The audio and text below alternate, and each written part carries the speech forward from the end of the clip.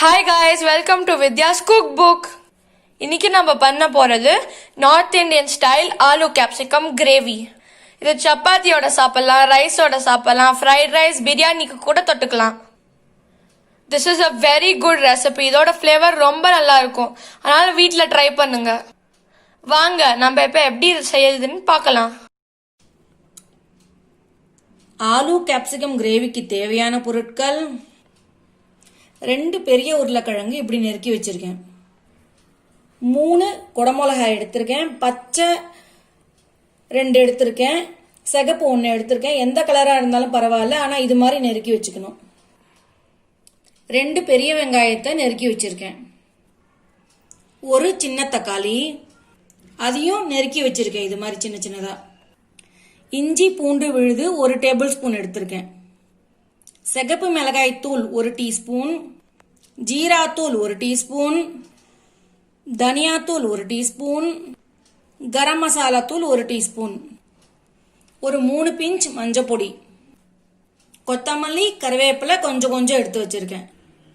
நான் 100 ml பால் எடுத்து வச்சிருக்கேன். நீங்க பால் அப்படி இல்லாட்டி ஃப்ரெஷ் கிரீம் விடலாம். நான் ஃப்ரெஷ் கிரீமுக்கு பதிலாக இன்னைக்கு 100 ml பால் எடுத்து வச்சிருக்கேன். இப்போ நம்ம அரைக்கிறதுக்கு என்னென்னு பார்ப்போம். 4 வரமிளகா, 2 டேபிள் ஸ்பூன் பச்சைக்கடலை, 1 டேபிள் ஸ்பூன் சோம்பு, கசகசா 1 டேபிள் ஸ்பூன், கடலைப்பருப்பு 1 டேபிள் ஸ்பூன், தனியா 1 டேபிள் ஸ்பூன், ஜீரகம் 1 டேபிள் ஸ்பூன்,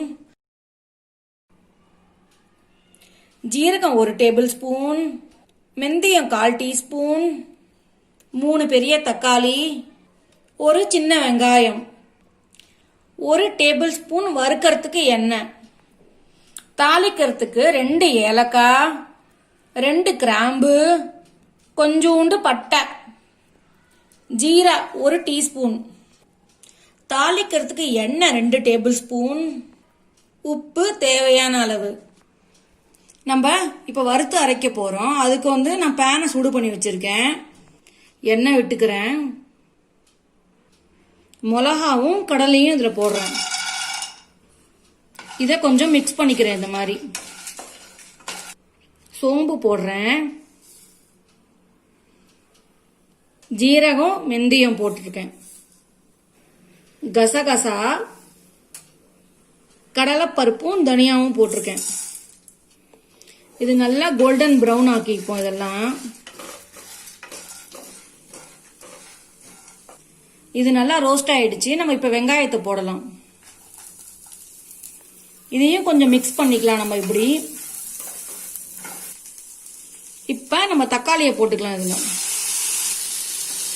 இத எல்லாத்தையும் கொஞ்சம் 2 நிமிஷம் வதக்கிக்கலாம். இந்த அளவு வதங்கினா போறோம். நம்ம எடுத்து ஆற வச்சுக்கலாம். இத இப்ப நம்ம கிரேவி செய்யறது எப்படின்னு பார்க்கலாம். நான் ஒரு கடாயை பத்த வச்சிருக்கேன். கடாய் நல்லா சூடேறி எடுத்து நான் 2 டேபிள் ஸ்பூன் எண்ணெய் விடுறேன்.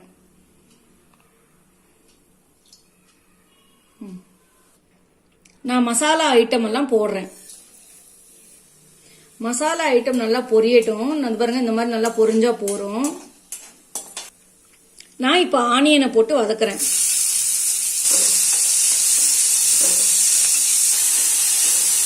ஆனியன் கொஞ்சம் கோல்டன் பிரவுன் ஆன உடனே நாம தக்காளியை போடலாம். தக்காளி,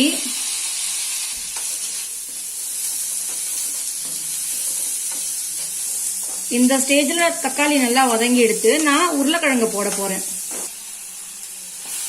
உருளைக்கிழங்கு போட்டுட்டு இருக்கேன்.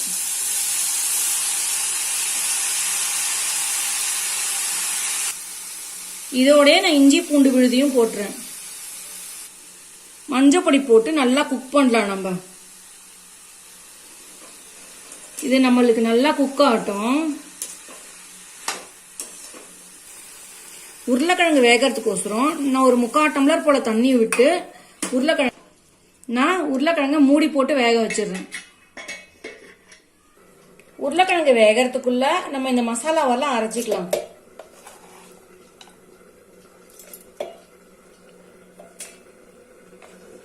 நான் இதெல்லாம் அரைச்சி எடுத்துட்டு வரேன். அரைச்ச கிரேவி நம்மளுக்கு ரெடி ஆயிடுத்து. நான் ஒரு 50 ml தண்ணி விட்டு அரைச்சி எடுத்துட்டு வந்திருக்கேன். உருளைக்கிழங்கு நல்லா வெந்திருக்கு. நான் இந்த ஸ்டேஜில் மசாலா போடுறேன். நான் ஜார் அல்மின ஜலத்தையும் இதில் நான் விடுறேன். இது நல்லா நம்ம மிக்ஸ் பண்ணிப்போம். நான் இந்த ஸ்டேஜில் குடமிளகாவை போடுறேன். இதை அடியோடு நல்லா மிக்ஸ் பண்ணி விட்டுப்போம். நான் கடாய் சின்னதாக இருக்கிறதுனால வேற ஒரு பாத்திரத்தில் மாற்றிருக்கேன். ஒரு டம்ளர் தேர்த்தத்தை விட்டு மூடி போட்டு ஒரு 10 நிமிஷம் கொதிக்க வைக்கலாம். எனக்கு ஒரு 5 மினிட்ஸ் ஆயிடுத்து. நான் இந்த ஸ்டேஜில் ஸ்பைசஸ் எல்லாம் போடுறேன். இதை போட்டு இன்னொரு 5 நிமிஷம் நம்ம நல்லா கொதிக்க வைப்போம். இப்படி நல்லா மிக்ஸ் பண்ணி விட்டுக்கோங்க. ஒரு 5 மினிட்ஸ் கொதிக்கட்டும். எனக்கு ஒரு 5 மினிட்ஸ் ஆயிடுச்சு. இதுக்கு தேவையான அளவு உப்பு போட்டு நான் கொதிக்க வைக்கிறேன். ஒரு அரை நிமிஷம் கொதிச்சா போதும் நம்மளுக்கு. நான் கொத்தமல்லி கருவேப்பிலையை தூவிக்கிறேன்.